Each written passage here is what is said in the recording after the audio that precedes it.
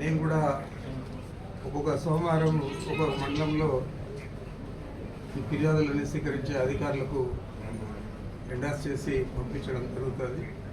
వాటి మీద సమగ్రంగా వాళ్ళు పరిశీలించి సరైన పరిష్కారం దొరికే విధంగా వారు పనిచేస్తారని చేయాలని, ఏదైనా అలసత్వం ఉంటే అధికారుల మీద తప్పకుండా చర్యలు తీసుకునే విధంగా మేమైతే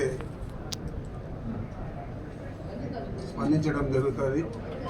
ఏదో ప్రభుత్వం ఉంది, దాంట్లో 4 తాబేదారులు ఉన్నారు, వాళ్ళకు డబ్బులు ఇచ్చేసి మేమేమన్నా చేసుకోవచ్చు అని ఏదైనా ఆలోచన చేసే అధికారులు తప్పనిసరిగా వారికి మా కార్యకర్తలే తప్పకుండా సరైన సమాధానం చెప్తారు.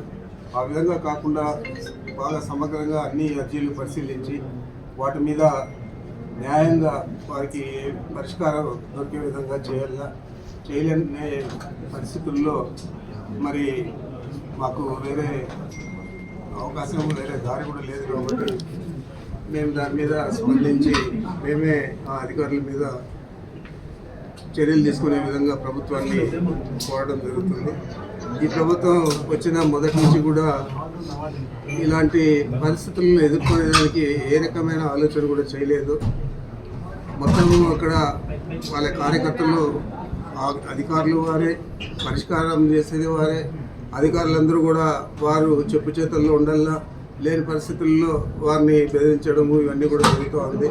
ఇవన్నీ లేకుండా న్యాయపరంగా ప్రభుత్వం ఏ విధంగా పేదల సమస్యలు పరిష్కరించాలో ఆ విధంగా పరిష్కారం చేయాలని చెప్పి నేను మీ ద్వారా ఈ ప్రభుత్వాన్ని డిమాండ్ చేస్తా ఉన్నా.